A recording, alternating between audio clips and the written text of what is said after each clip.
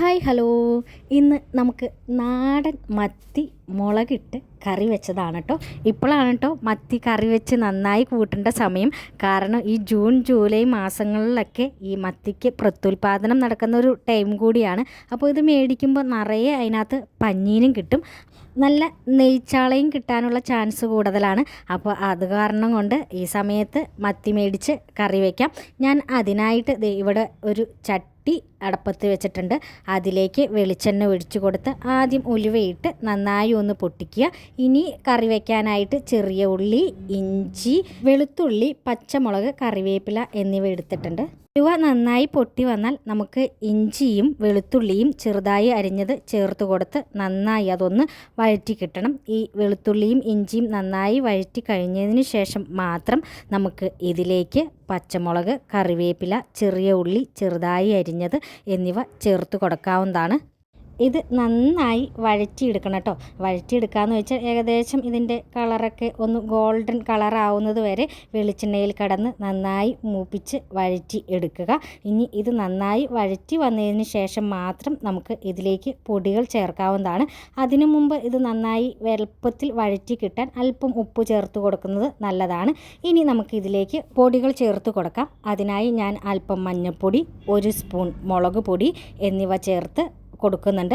പിന്നെ കളറിനാവശ്യത്തിനായിട്ട് 1 സ്പൂൺ കാശ്മീരി മുളക് പൊടിയോടെ ചേർത്ത് കൊടുത്ത് നന്നായി ഒന്ന് ഇളക്കി യോജിപ്പിച്ച് ആ പൊടിയുടെ പച്ചമണമൊക്കെ ഒന്ന് മാറിയ കഴിഞ്ഞാൽ നമുക്ക് ഇതിലേക്ക് അല്പം വെള്ളം ഒഴിച്ച് കൊടുക്കാവുന്നതാണ്.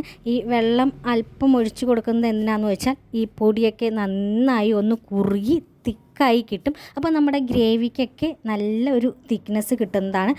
അല്പം വെള്ളം ഒഴിച്ച് ആദ്യം ഒന്ന് ഈ പൊടിയൊക്കെ നന്നായി ഒന്ന് കുറുക്കിയെടുക്കണം. ഇത് കുറുക്കി നന്നായി വന്നാൽ നമുക്ക് ഇതിലേക്ക് കറിക്ക് ആവശ്യത്തിനുള്ള പുളി ചേർത്ത് കൊടുക്കാവുന്നതാണ്. ഞങ്ങളുടെ ഇവിടേക്ക് കുടംപുളിയാണ് മീൻ കറിയിൽ ചേർത്ത് കൊടുക്കുന്നത്. അപ്പോൾ ആ കുടംപുളിയോടെ ചേർത്ത് ഒന്ന് നന്നായി ഇളക്കി ഈ ഗ്രേവിയൊക്കെ ഒന്ന് തിക്കായി കഴിഞ്ഞാൽ ഇതിലേക്ക് നമുക്ക് എന്തോരം ചാറ് വേണോ അതിനനുസരിച്ച് വെള്ളം ചേർത്ത് കൊടുക്കാം. എന്നാൽ നമുക്ക് എടുക്കുന്ന വെള്ളത്തിനൊരു കണക്ക് വേണം. നമ്മുടെ മീനും വെന്ത് കിട്ടണം. ആ വെന്ത് കിട്ടുമ്പോൾ തന്നെ വെള്ളം ഒന്ന് കുറുകി വറ്റി വരുന്നതാണ്. അപ്പോൾ അതിനനുസരിച്ച് വെള്ളം ചേർത്ത് കൊടുക്കാൻ ശ്രദ്ധിക്കുക. ഞാനിപ്പോൾ ഇവിടെ 1/2 കിലോ ചാളയാണ് എടുത്തിരിക്കുന്നത്. അതുകൊണ്ട് ഞാൻ 1 കപ്പ് വെള്ളം ചേർത്ത് കൊടുത്തിട്ടുണ്ട്. ആ വെള്ളം ഒഴിച്ച് ഈ മീൻ ഗ്രേവിയൊക്കെ ഒന്ന് തിളച്ച് വന്നാൽ നമുക്ക് ഇതിലേക്ക് ചാള ഇട്ട് കൊടുക്കാവുന്നതാണ്. നമ്മൾ മത്തിയാണ് എടുത്തിരിക്കുന്നത്. ആ മത്തി മീൻ ചേർത്ത് കൊടുക്കാവുന്നതാണ്.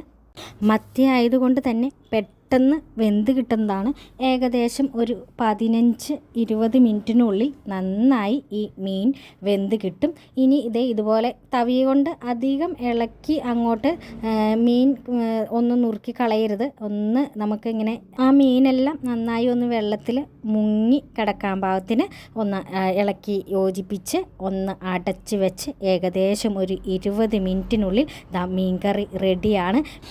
വെന്ത് കഴിഞ്ഞാൽ ഒന്ന് ഇങ്ങനെ കറക്കി യോജിപ്പിച്ച് എടുത്ത് വെച്ച് പിറ്റേ ദിവസമാണ് കേട്ടോ ഇതിൻ്റെ ടേസ്റ്റ് അപാരമാണ്. നമുക്ക് ചോറിൻ്റെ കൂടെയോ കപ്പയും ചക്കയും ഒക്കെ കഴിക്കുമ്പോൾ മത്തി മുളകിട്ടത് കൂടി ഉണ്ടല്ലോ അടിപൊളിയായിരിക്കും. അപ്പോൾ ഇനി മീൻകറി വെക്കുമ്പോൾ ഇതുപോലെ ഒന്ന് ഉണ്ടാക്കി നോക്കിയിട്ട് അഭിപ്രായം പറയണേ. അപ്പോൾ എല്ലാവർക്കും ടാറ്റാ.